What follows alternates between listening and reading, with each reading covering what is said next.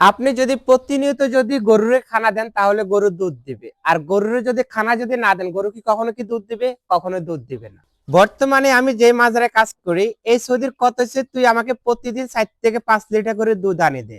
আর আমার কথা হচ্ছে তুই গরুরে ভালোভাবে খানা দে, যদি গরুরে ভালোভাবে যদি খানা দিতে পারোস তাহলে গরু তোকে প্রতিদিন 4 থেকে 5 কেজি দুধ দিবে।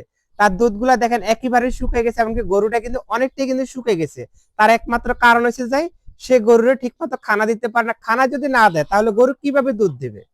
এই গরুটা বিয়ে হয়েছে গত 1 মাস আগে। 1 মাসে কিন্তু আমি কিন্তু খুব ভালো পরিমাণ দুধ কিন্তু এই গরু থেকে কিন্তু বাইর করছি। আর এখন বিশ্বাস করেন আজকে 10 থেকে 12 দিন ধরেই আমি 1 কেজি দুধও দুইতে পারি না, প্রতিদিন 1 পা দুধও দুইতে পারি না। তার কারণ হচ্ছে যে সে কোনো খানা দেয় না। আগে প্রতিনিয়ত আমি এই গরুটাকে আপনি খাজুর খাওয়াইতাম, ভাত খাওয়াইতাম, বিভিন্ন ঘাস খাওয়াইতাম, এরপরে হচ্ছে যে আপনি খবুজ খাওয়াইতাম, মানে বিভিন্ন তরকারি তরকারি যা আছে সবকিছু কিন্তু এই গরুটার আমি খাওয়াইতাম। আর এখন বর্তমানে খাজুর খাওয়ানি বন্ধ দিছে, খবুজ খাওয়ানি বন্ধ দিছে, এমনকি অনেক আইটেমের খানা কিন্তু তাকে বন্ধ করে দিছে, এমনকি কাঁচা ঘাসও কিন্তু তাকে কিন্তু দেওয়া হয় না। প্রত্যেক মাসে এই গরু 3টা আছে, এখানে একটা গরুর পিছনে আরেকটা গরু আছে, এই যে একটা, আর ওই যে গরুর বাচ্চাটা। এই 3টা গরু দেখাশোনা করার জন্য সৌদি আমাকে প্রত্যেক মাসে 700 টাকা করে দেওয়া হয়।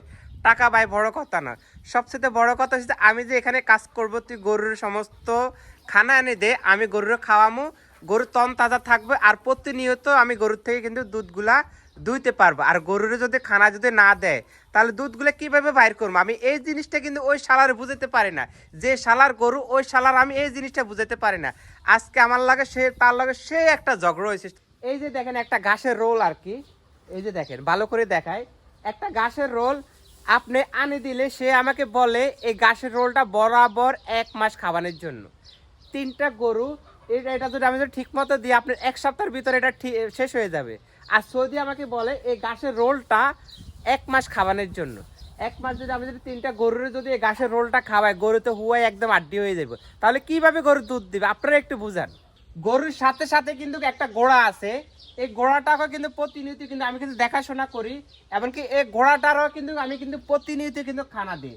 তবে ঘোড়ার মালিকটা কিন্তু ভালো আছে, সেই কিন্তু ঘোড়ার জন্য সমস্ত খানা টানা কিন্তু সবকিছু নিয়ে আসে আগে ভাগে। এই যে দেখেন ঘোড়াটারে কিন্তু প্রতিনিয়ত আমি খানা দিই, তাই এই জন্য ঘোড়াটা দেখেন কতটুক তন তাজা। আর ঘোড়ার একমাত্র প্রধান খাদ্যটা হলো যে আপনার খাদ্য, মানে বাংলাতে আমরা যেটাকে বলি বলি আপনি খাদ্য, আরবিতে বলা হয় এটাকে আলাপ। আলাপ আর হচ্ছে যে আপনার মানে শাওয়ার, মানে আপনার ভুসি, আর হচ্ছে যে খাদ্য।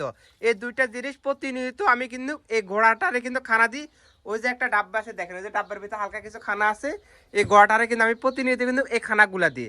আর এখানে শুধু একটা ডাব্বা রাখছি, শুধু এখানে শুধু পানি দেওয়ার জন্য, গরু শুধু ঘোড়া শুধু শুধু পানি খাইবে ব্যাস।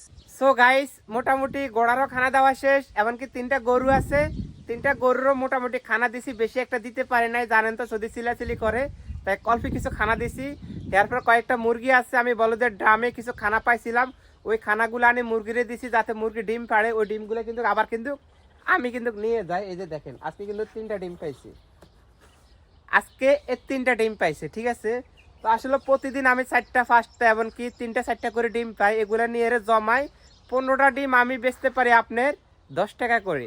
তো মাসে আসলে 150 টাকা 200 টাকা ডিম ডুম বেশি কিন্তু এভাবে কিন্তু মোটামুটি একটা আর্নিং হয় আর কি। তো এখন আমার এই মাজারের কাজ শেষ, এই সাইকেলটা নিয়ে এখন বর্তমান আমি চলে যাব আরও একটা মাজারেতে, ওইখানে কিন্তু মুরগির খামার। আমি আপনাদেরকে ওই মাজারে যাই রে বিস্তারিত ওই মাজারে কি হয় না হয় আমি আরও একটা ভিডিওতে আপনাদেরকে তুলে ধরবো।